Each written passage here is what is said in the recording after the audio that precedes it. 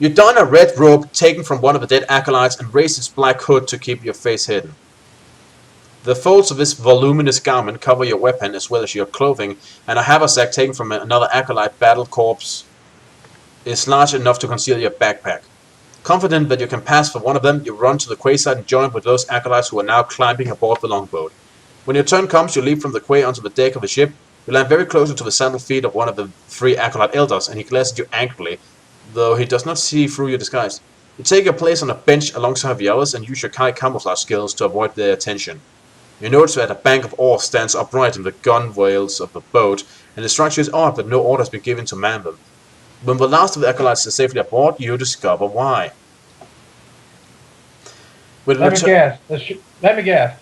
The ship sails itself, not a magic. Well, with the returning acolytes aboard, an elder gives the order that the grappling lines and planks which hold the longboat secured to the Kovarian ship be cut and tossed into the lake. The moment this is done, the three elders raise their glowing wands of power and touch them together to form a triangle. There's a flash of greenish light, and a swirling cone of vapor coils into the sky, pouring from the tip of this triangle. It creates a howling wind which fills the sails and catapults the longboat away from the quayside at tremendous speed. So more or less, it takes just a few minutes from the ruins of Warn to disappear over the horizon. Aboard the longboat, the victorious acolytes busy themselves as the cove waters of Lake Vonderol speed by beneath their keel.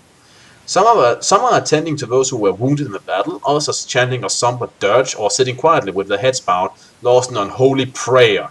The remainder clean their weapons and stare vacantly at the distant mountains. You keep your head bowed and pretend to be praying.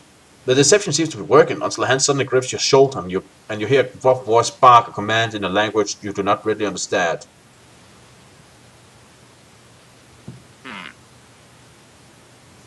Right.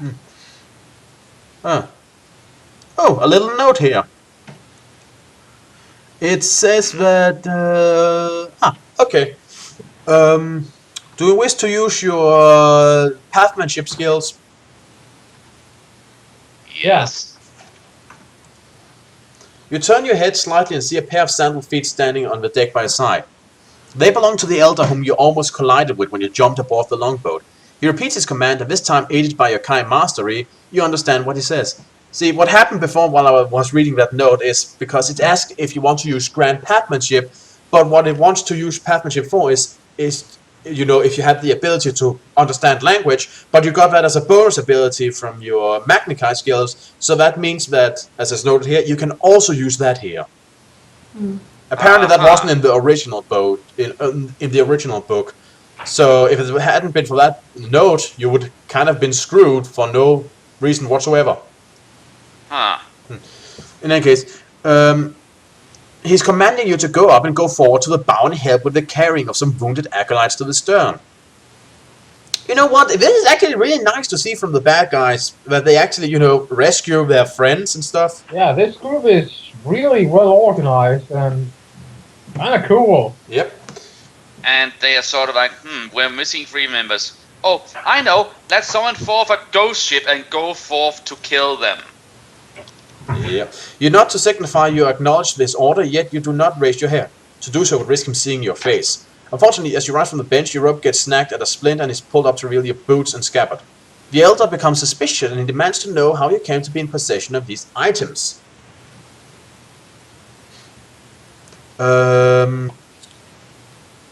Hey, you can bring up the runic disc now if you want to. Yeah, let us do that then. Okay. Or you can... yeah.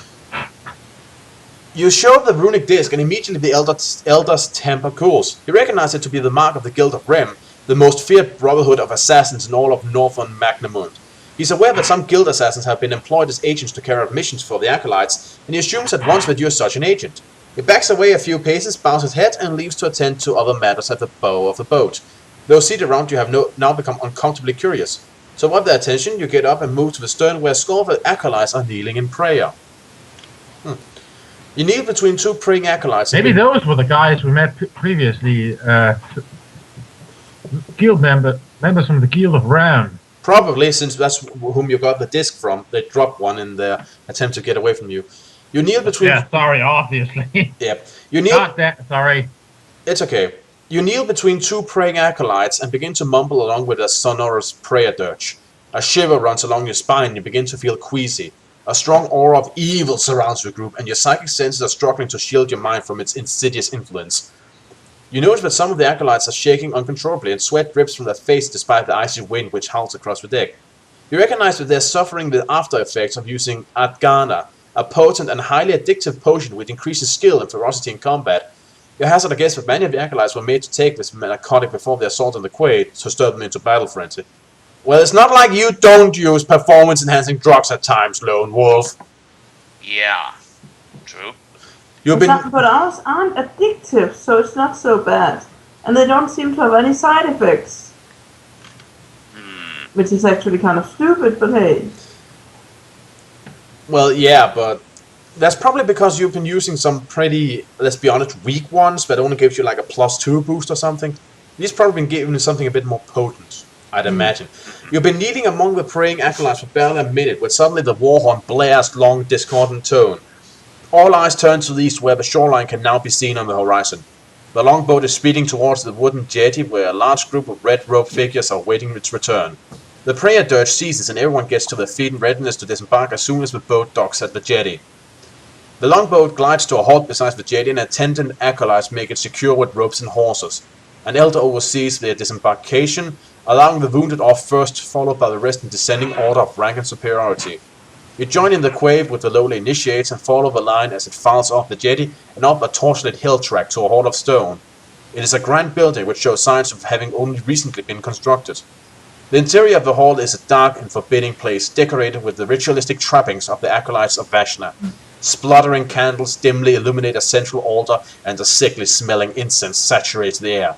The acolytes encircle the altar several ranks deep and listen intently as two of the elders conduct a liturgy in praise of Dark Lord Vashna and the victory he has seen fit to grant them. They conclude their sinister ceremony by crying out the words, "We celebrate this eve of the great welcoming! May Lord Vashna, our master, vanquish his enemies and rule unchallenged evermore!" The acolytes respond... Yeah? I'm not going to stop the whole very dramatic speech, but if we could stop anytime soon, I would be very good with this, because I'm feeling sort of tired, to be honest. Well, let's just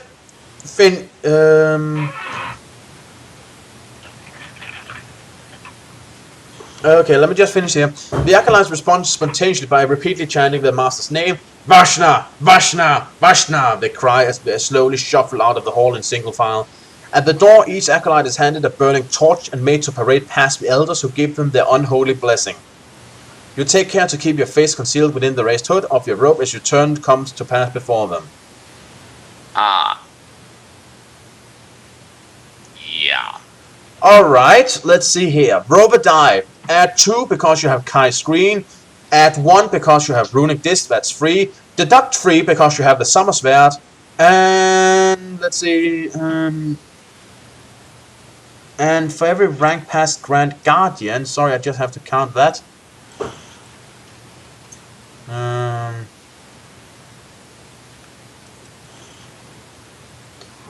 add 2 for your level. So that will be in total, Robodine add 2.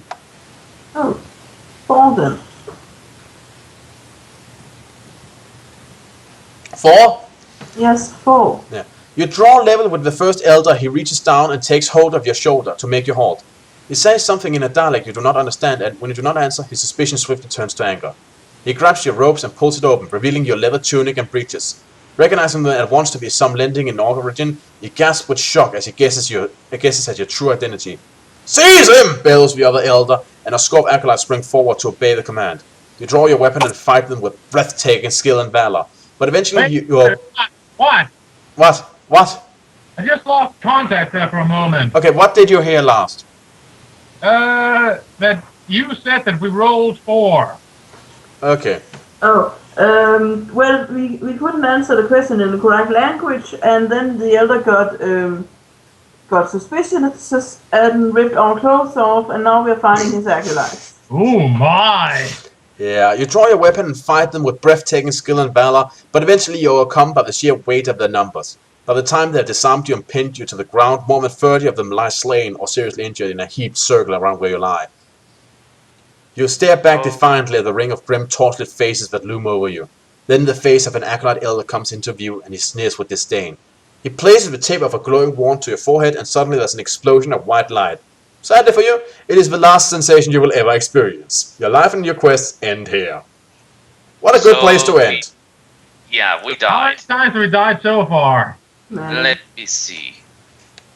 Let me see. I also need to add to the list now. Yeah, And face that went would be kablooey. Yeah, this would be the Magic headshot. Yeah, let's go with that. Magic headshot. Yeah, as I said, this would be the 31st time we died. That was the 31st time I died. Yeah, 31st. Yeah. Yeah, so we can add that to the list. And since you want to stop for today, let me just check something.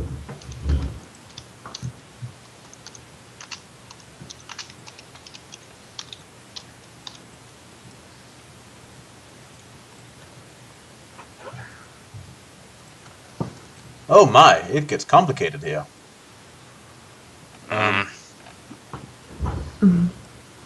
Excuse me. Okay.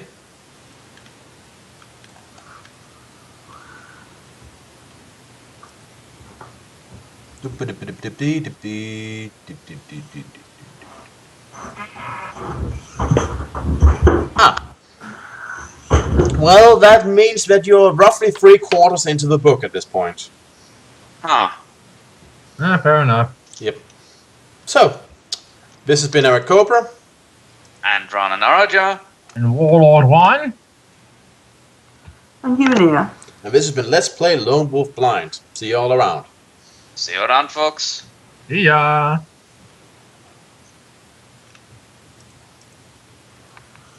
Bye bye.